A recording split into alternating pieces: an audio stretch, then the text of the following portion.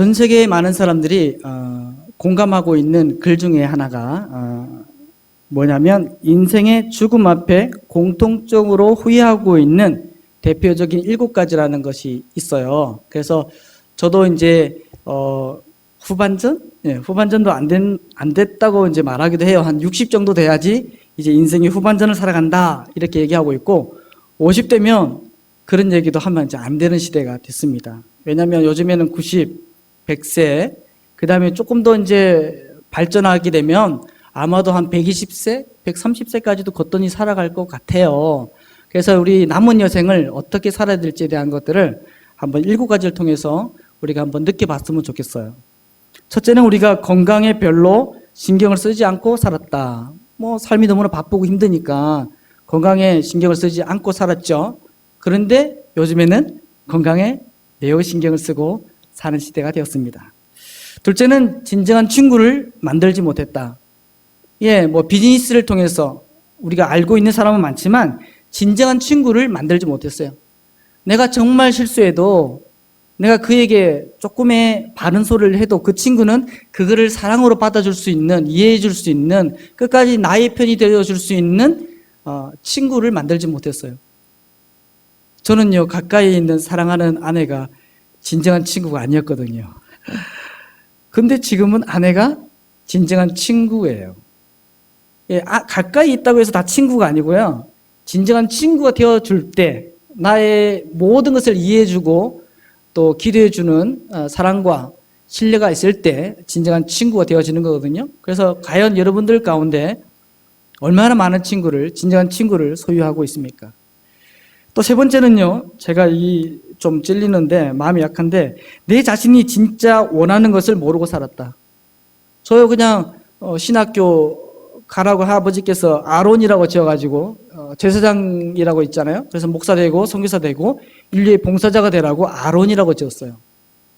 그래서 막 몸부림치다가 27살 땐가 그때 이제 한국성서대학교 신앙의 명문 대학교, 저는 그렇게 생각합니다. 그래서 저는 더 좋은데 나오신 분들보다도 더 당당하게 제 모교를 자랑합니다. 그렇게 좋은 신학교를 가서 계속해서 이제 목사가 되고 사역을 하고 선교사가 되었는데, 정작 내 자신을 돌아보니까 나는 좋아하는 게 뭐였지? 당연히 비전을 향해서 꿈을 하나님이 주시는 그 마지막 때를 향해서 충성하고 한 걸음 한 걸음 달려갔지만, 그래도 내가 진짜 원하는 게 뭐였을까? 담임 목사? 예를 들면 전문적인 교수 사역? 이런 거 있잖아요. 그래서 내 자신이 과연 내가 원하는 것이 무엇이었을까라는 사실을 모르고 그냥 달려왔어요. 그러다 보니까 제가 52인가? 한국 나이로? 이제 그렇게 됐어요. 그래서 돌아보니까 내가 뭐하고 살았지? 내가 좋아하는 게 뭘까?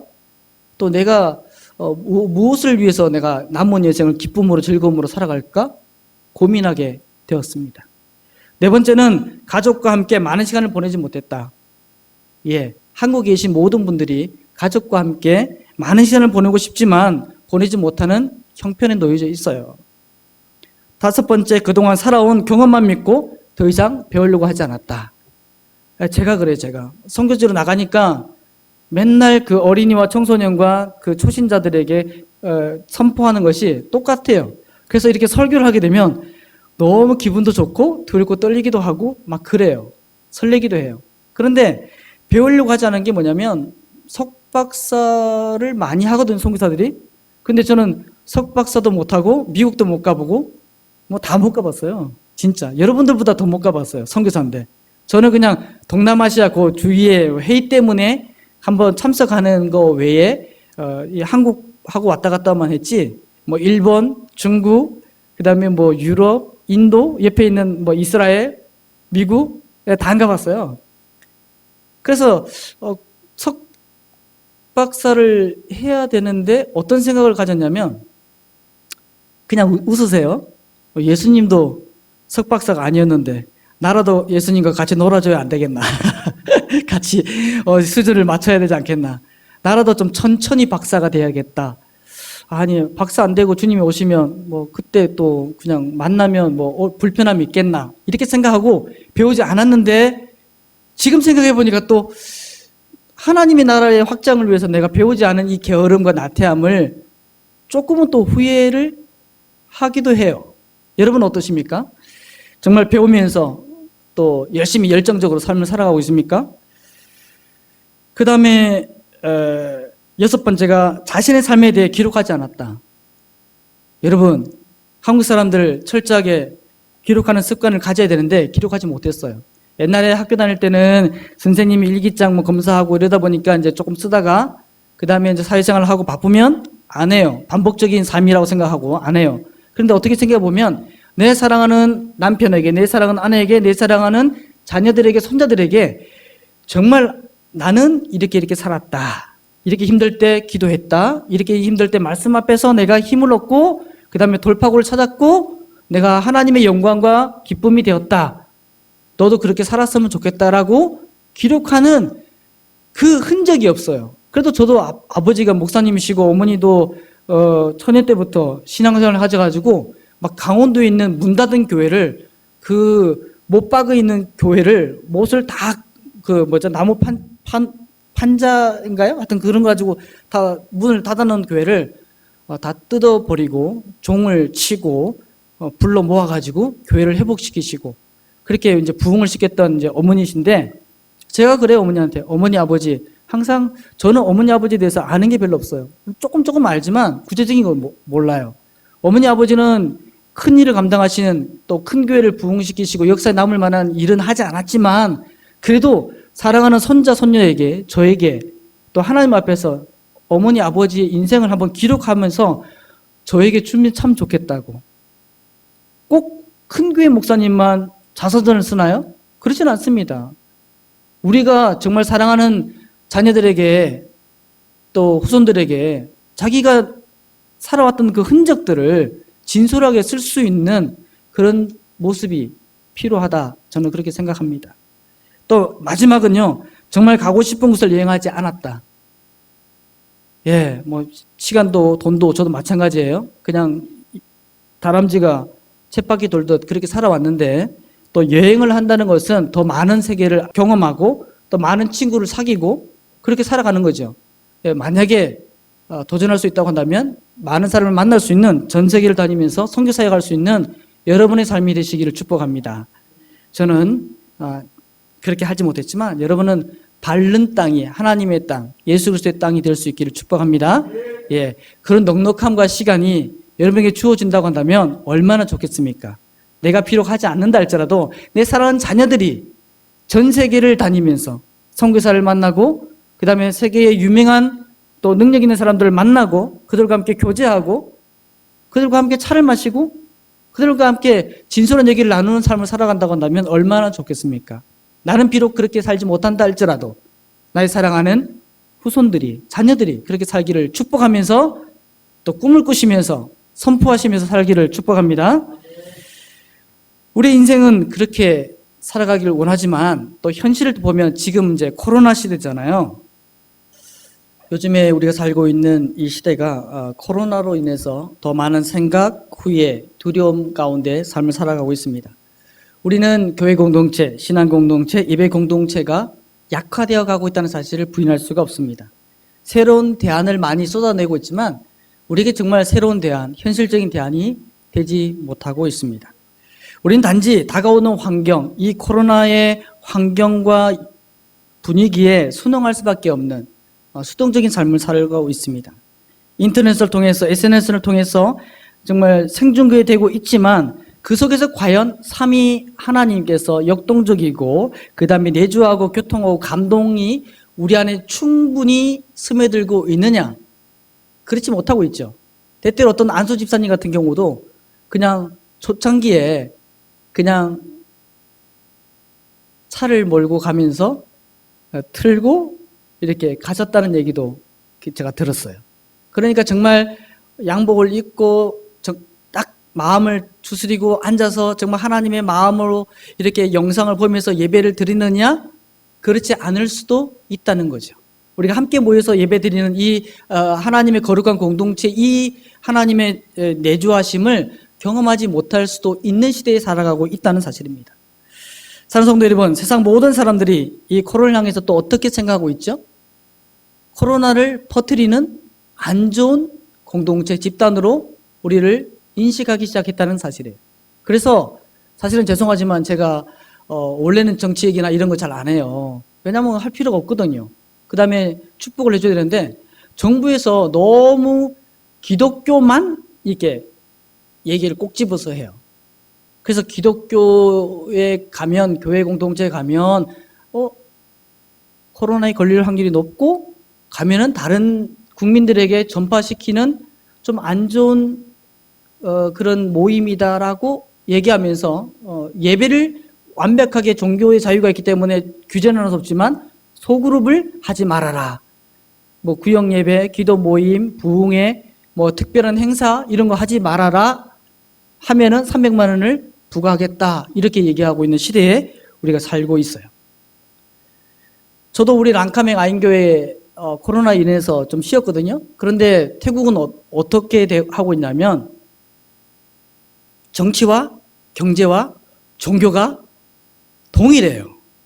정치적인 논리로 표를 얻기 위해서 다수에게 강한 사람들에게 뭔가 인기를 얻기 위해서 종교를 누르고 경제를 누르는 것이 아니라 동일하게 하기 때문에 태국은 좀 안정을 찾고 있고요. 그 통계를 믿을 수 없다라고 말하고 있지만 통계가요 좀 낮아요. 58명밖에 죽지 않았을 뿐더러 좀 낮아요. 그리고 저 같은 경우도 비자를 갖고 있는데도 불구하고 태국에 들어갈 때 그 입국 신청서를 써야 돼요. 입국 신청서 쓰면 태국에 하루에 들어오는 자기 태국인을 포함한 해외 비자를 갖고 있는 그 사람들의 숫자를 조절하고 있어요. 그리고 의료진이라든지 호텔 자가격리하는 그 모든 비용들을 또 태국인에게 또 외국인에게 다 짊어지도록 그렇게 만들어 놨어요. 그리고 불교의 나라잖아요. 그러니까 불교, 기독교, 이슬람을 동일하게 얘기를 해요. 그런데 우리나라는 이슬람에 대해서 얘기하는 거 들어보셨어요? 뭐 신천지는 당연히 뭐 그러니까 그렇지만 이슬람이 굉장히 많아요. 한국에 몇십만 명이 넘어요. 그런데 5번을 기도를 하잖아요. 모여가지고. 그런데 5번 기도하고 모일 때 하지 말라는 얘기 들어보셨나요? 못 들어봤어요. 기독교만 꼭 집어가지고 불교도 아니고 천주교도 아니고 다른 종교 많은데도 불구하고 모든 종교에 동일하게 그렇게 하라고 선포를 해야 되는데 그렇게 하지 않고 있다는 사실이에요. 사랑하는 성도 여러분, 우리가 사랑해야 되고 전도해야 되고 품어야 될 대상이 바로 세상 사람들이에요. 세상 사람들을 제가 찾아보니까 아전인수, 자기 마음대로 해석하고 자기 이익을 위해서 다른 사람들을 그렇게 수단화시키고 뭐 그런 사람들이라고 저는 생각이 되어져요. 우리가 전도해야 될 대상, 사랑해야 될 대상이 그렇다는 거예요. 내가 하면 아름다운 사랑이고 남이 하면 불륜이 되는 거죠. 얼마 전에 제가 인기 드라마 봤습니다. 죄송해요. 자가격리 가운데 너무 답답해서 또 인기 많다 해가지고 부부의 세계 그거를 풀 버전으로 쭉 봤어요. 얼마나 힘들었겠습니까? 저는 그냥 해외에 있을 때도 이렇게 못 기다리는 성격이에요. 그래가지고 이게 사람들이 많이 봤다. 너무 많이 봐서 꼭 봐야 되겠다. 왜냐면 그 사람들 생각을 좀 알아야 되니까 봐야겠다 싶으면 그냥 몰아서 3, 4일 안에 다 보는 그런 습관을 갖고 있어요. 그래서 다 봤어요. 보니까 거기에 이제 남자 주인공이 이태호라는 남자 주인공이 나오죠. 김희에게 들통나고 난 다음에 뭐라고 말합니까? 사랑에 빠진 게 죄는 아니잖아. 이렇게 얘기합니다. 뻔뻔스러운 얘기를 하는데 사람들이 그 대사 이후에 뭐 술에 사랑에 빠진 게 죄가 아니잖아. 게임과 사랑에 빠진 게 죄는 아니잖아. 이런 패러디가 있다고 합니다. 이태호라는 그 사람은 간통죄가 더 이상 법적인 죄가 아니라 무죄이지만 사랑하는 아내와 가족들에게는 크나큰 상처가 되어지고 배신이 되어지고 죄가 됩니다. 자신들의 모습은 보지 못하면서 늘 다른 사람을 지적하고 책임을 전가시키고 자신들의 목적과 이익을 쟁취하기 위해서 살아가는 것이 우리가 품어야 되고 우리가 전도해야 되고 우리가 그들에게 다가가는 그 대상이 그런 사람들, 그런 세상이라는 거예요. 사랑하는 성도 여러분, 그러나 우리의 정체성은 어떠합니까? 우리는 하나님의 거룩한 백성이에요. 누가 뭐라고 해도 우리는 예수 그리스도의 제자들이죠. 십자가를 알고 그분의 보혈을 알고 그분의 부활을 알고 그분의 성천하심을 기다리는 사람들이라는 사실입니다. 그렇다고 한다면 우리는 그들과 좀 더 다른 차원의 삶을 살아가야 되지 않겠습니까? 오늘 본문을 보면 잘 나타나고 있어요. 행복한 그림, 정말 꿈꾸는 에덴 동산, 그런 그림이 나오고 있죠. 잘 알고 있는 것처럼 시냇가에 심은 나무. 생각만 해도 행복해지지 않나요? 난 그런 곳에서 살고 싶고 그런 삶을 살고 싶고 그런 가정을 만들어내고 싶고 갖고 가고 싶어요. 그런 선교지를 만들어내고 싶어요. 늘 푸르른 나무, 늘 형통한 나무, 늘 결실이 가득한 나무.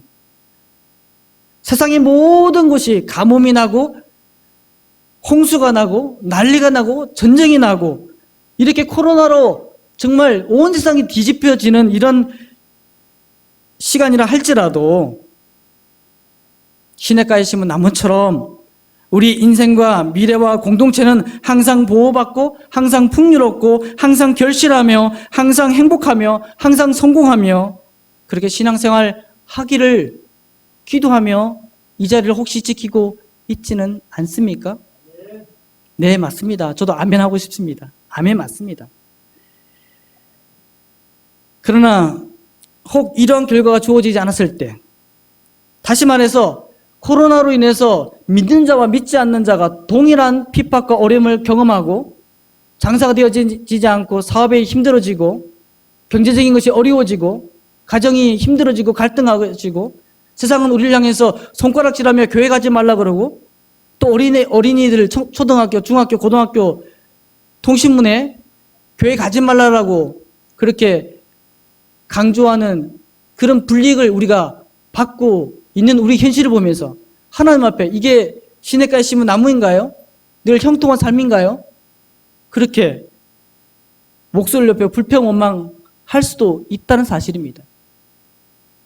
저도 선교사에 가면서 별다르지 않습니다. 다른 선교사님들보다 나는 올곧고 다른 선교사님보다는 나는 순수하고 좁은 길을 걷고 있고 내가 욕망과 욕심을 채우기 위해서 한국에 와서 비전을 터뜨리지 않고 프로젝트를 터뜨리지 않는다는 그런 착각을 가지면서 그럼에도 불구하고 하나님 내가 조금 낫지요? 그러면 저에게 하나님 좀 더 영적인 기쁨과 육적인 기쁨과 가정의 기쁨과 뭔가 조금의 열매를 좀 더 나은 삶을 살아갈 수 있는 그 무언가를 저에게 주셔야 되지 않겠습니까? 라고 말하고 있지만 그것은 나의 기대치였고 판단이었다는 생각이었다는 사실이에요. 저에게 늘 푸르르고 탐스럽고 달콤하고 뭔가 자랑할 만한 열매가 맺어지지 않았다는 사실이에요. 그러나 감사하긴 하지만 비교했을 때 그렇다는 거예요. 평신도 사역자 뿐이라는 친구가 오랫동안 같이 했는데요.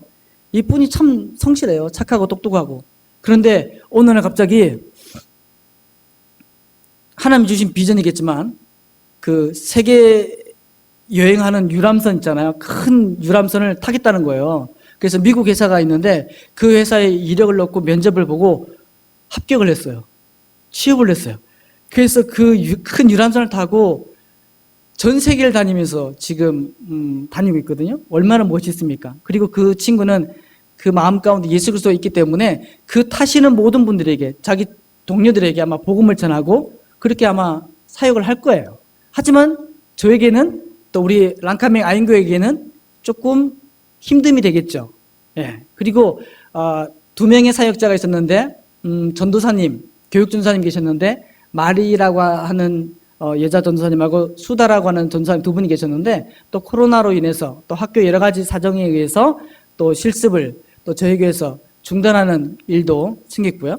또 식구로 인해서 또 아이들과 만나지 못하고 또 영적인 또 말씀 교육을 하지 못하는 그런 것들을 제가 이 식구를 통해서 코로나19를 통해서 경험하게 되었습니다. 내가 할 수 있는 것이 아무것도 없구나. 나의 무기력함과 무능력함을 경험하고 있습니다. 그것은 전 세계 모든 사람들이 경험하고 있는 것이고요. 그 다음에 우주를 정복할 수 있을 것만 같았던 우리의 모든 생명을 건강하고 오래 살 수 있을 것만 같았던 우리 인간의 교만함을 이 작은 바이러스가 산산이 부서지게 만드는 그런 것들을 우리가 보고 있습니다. 우리 교회 공동체, 우리 사랑하는 가족 공동체, 우리 자신의 삶, 이 신앙 공동체의 생활 가운데 한 번도 하나님의 말씀에서 우리가 떠난 적이 있습니까? 뿌리를 옮긴 적이 있습니까? 우리의 마음의 중심에는 늘 하나님의 나라, 그 오시는 그 하나님의 나라, 천국에 대한 그 소망을 한 번도 끊어버린 적은 우리에게 없다는 사실이에요. 저도 마찬가지고 여러분도 마찬가지라는 사실이죠. 비록 내가 나약한 의지, 믿음이 약해져서 때때로 넘어지고 실수하고 실패한 적은 있지만 늘 하나님의 자녀들이었고 늘 하나님의 편에 서려고 최선을 다하며 삶을 살았다는 사실이에요. 그리고 항상 주일 예배를 사모하며 성도를 그리워하며 그리스도 예수의 몸된 이 공동체의 영역에 참여하려고 주일 성수하며 이 자리를 지키고 있다는 사실이에요.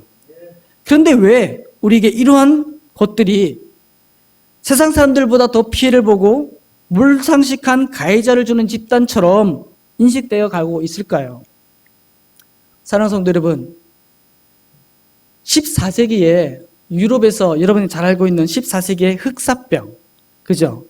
대역병이 있었대요. 그런데 14세기에 있었는데 이 14세기에 있었던 역병이, 흑사병이 그때는 몰라가지고 병명을 코로나19 이렇게 변명하지 않고 18세기에 흑사병이라고 그렇게 이름을 붙여줬다고 합니다. 그 당시 사람들은 아무 이유도 모른 채 1347년부터 약 2년 반 동안 유럽에서만 무려 2,500만 명이 죽었다고 합니다. 2,500만 명. 지금 우리 전 세계가 그 정도 죽었습니까? 안 죽었죠. 그 당시는 모르고 그렇게 많이 죽었어요. 그리고 1351년, 조금 지났죠. 한 1년 더 지났는데 까지 유럽 인구의 3분의 1이 무려 다 죽었어요. 유럽에서만 3분의 1이 죽은 거죠. 그런데 더 놀라운 것은 그 당시에 이 흑사병이 시작이 아시아였다는 사실이에요. 중국이었다고 합니다. 중국. 코로나도 뭐 중국이라고 지금 얘기하고 있죠. 이 병이 몽골이죠. 몽골, 인도, 페르시아, 시리아, 인도, 이집트를 거쳐서 유럽 전역에 퍼져나갔는데 유럽인들이 이 소식, 퍼져나간다는 이 소식을 들은 것이 1346년이었다고 합니다. 1346년. 그런데 1년도 채 되지 않아서 그 당시 무슨 이 교류와 교통이 있었겠습니까? 그런데 1년도 되지 않아서 이것이 전 유럽으로, 그들의 들판으로, 그들의 가정으로, 그들의 교회로 퍼진 거예요. 그리고 많은 그리스도인들이 하나님 앞에 죽어져 갔다는 사실이에요. 그래서 그리스도인들은 그 당시에 나의 가정과 나의 삶과 나의 생명은 죽일지언정 제발 내 영혼만은 하나님 나라에 들어갔으면 좋겠다는 소망을 가지고 로마로 향해 가고도 했었대요. 로마로. 그 로마에 갔는데 로마에는 더 모이면 어떻게 됩니까? 더 죽죠. 예, 더 죽은 사실도 있대요. 그래서 자기의 영혼만이라도 하나님이 나의 그 더럽고 추악한 그 모든 죄악을 씻어버리시고 나의 영혼만이라도 주여 구원해달라고 로마로 향해 갔는데 그 로마에 모인 그리스도인들이 흑사병에 의해서 죽음을 맞이하는 역사적인 사실도 있다고 합니다. 그러면서 이 흑사병 이후로 인구가 감소될 수밖에 없었죠. 또 자연히 인구가 줄어드니까 인건비는 상승되어지고 부와 권력을 갖고 있었던 지주들, 그 지주들은 많은 노동이 필요한데 인건비가 올라가니까 파산되어지고 그래서 중세가 특징했던 그 봉건주의가 내리기 시작했다고 한다. 그 다음에 유럽에서 가장 영향력이 있었던 그 당시의 언어는 프랑스 언어였대요. 그런데 그 프랑스 언어가 그 프랑스 교사들이 그 전역에서 많이 죽었나 봐요. 그 유럽에서. 그런데 영국에는 그 영향력이 좀 덜했나 보죠. 그래서 영어가 서서히 확장 세력을, 그 세력을, 파워를 갖고 있으면서 그 영어가 공용으로 사용되어지는 결과를 초래했고, 그러면서 이제 그 라틴어가 좀 이제 약화되어져 가면서 그 다음에 중세 종교개혁이 일어났다고 합니다.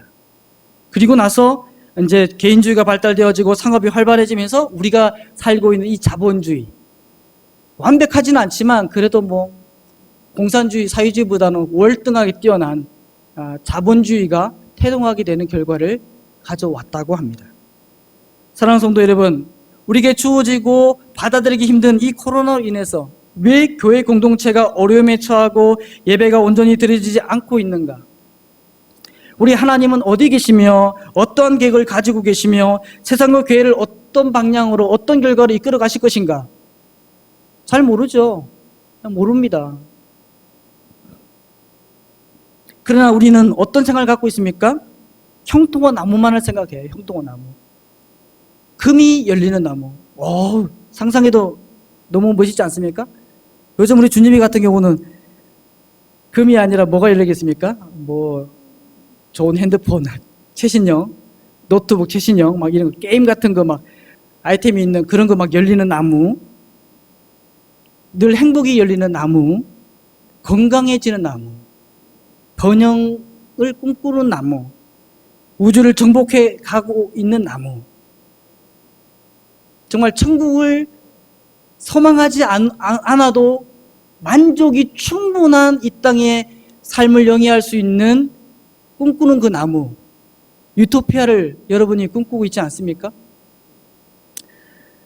우리가 선교하고 전도하고 예배드리는 그 모든 것은 우리 자신의 역사, 우리 자신의 만족을 위해서 예배드리지는 모습이 아니 되어야 된다는 사실이에요. 하나님만 예배를 드리고 하나님만 높이고 하나님 앞에만 충성하기 위해서 이 자리에 모인 거예요. 세상이 예배 드리지 말라고, 예배에 가지 말라고 얘기한다 할지라도, 코로나에 걸린다 할지라도, 그래, 세상을 향해서, 나를 향해서, 모든 국민을 향해서 내가 마스크를 끼고 예방을 수칙을 지키고 최선을 다하면서, 그러면서도 내가 이 자리를 묵묵히 걸어 나올 수 있는 것, 이 자리에 앉을 수 있는 것, 이게 우리들에게 필요한 모습이 되어야 된다는 사실이에요. 제가요, 지금은 여기 뭐 많이 모이셨는데 제가 몰라요. 한 80% 이상, 90% 이상이 성도님이 나온지 모르겠지만 지금 한국교회 가면요, 뭐 70% 나왔나? 어떤 큰 교회는 더 해요. 이렇게 가족적인 교회는요 많이 나오는 편이에요. 그런데 큰 교회는요 이 인원수가 많이 줄었어요.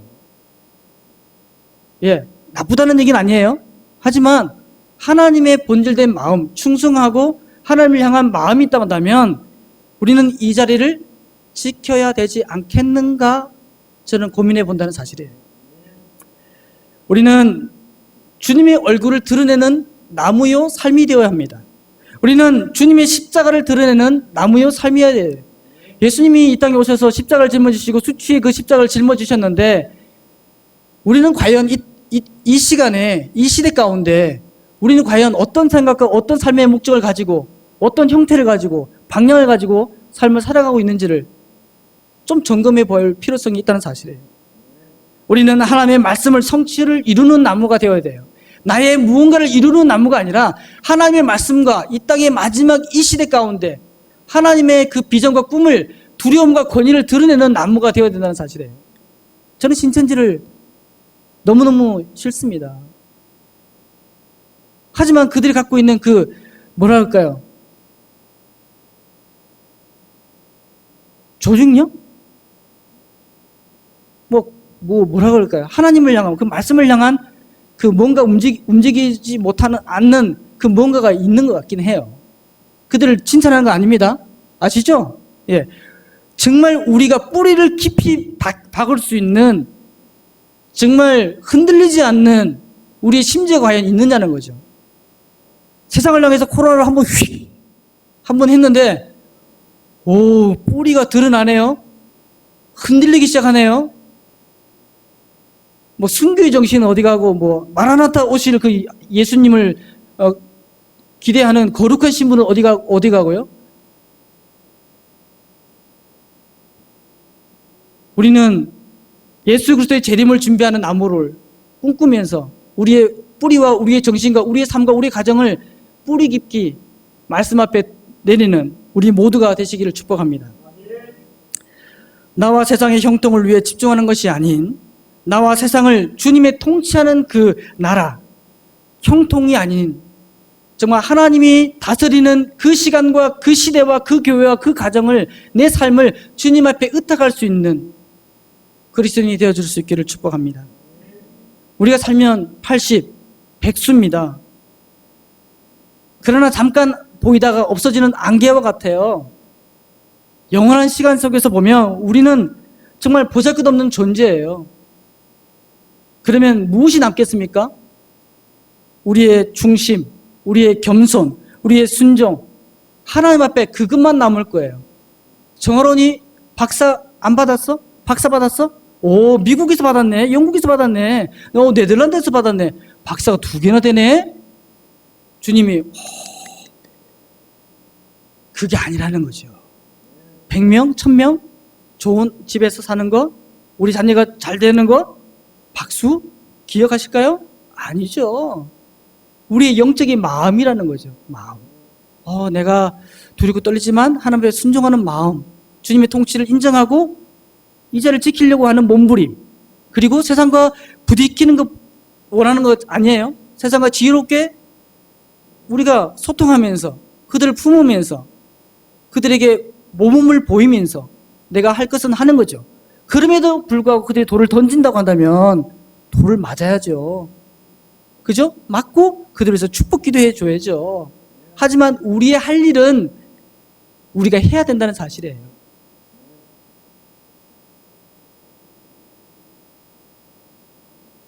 사랑하는 주님께서 지금 우리에게 바라고 원하시는 모습은 어떤 성도, 어떤 교회일까요? 세상과 더욱 친밀해지고 그들의 논리와 가치관과 세계관을 따라가는 것이 아닌 하나님을 대적하는 세상과 그들의 문화와 거리를 두기를 원하시는 그 영역으로 나아가야 한다는 사실입니다. 거룩한 광야, 광야 중요하죠? 거룩한 광야가 어디겠습니까? 고난받는 광야, 외로운 광야, 고독한 광야 어디겠습니까? 세례 요한이 그토록 지키려고 했던 그 광야, 예수 그리스도가 원했던 그 거리에 죄인들과 함께 했던 그 거룩한 광야가 어디겠습니까? 교회죠. 그리고 우리가 함께하는 세상입니다. 그 거룩한 그 광야에서 세상의 그 모든 것들을 다 얻으려고 하지 마시고 하나님의 공급하심을 따라서 그것을 가지고 세상을 분별하고 판단하고 다스리고 통치하는 우리의 본래의 모습으로 회복할 수 있기를 살아계신 주님의 이름으로 축복합니다.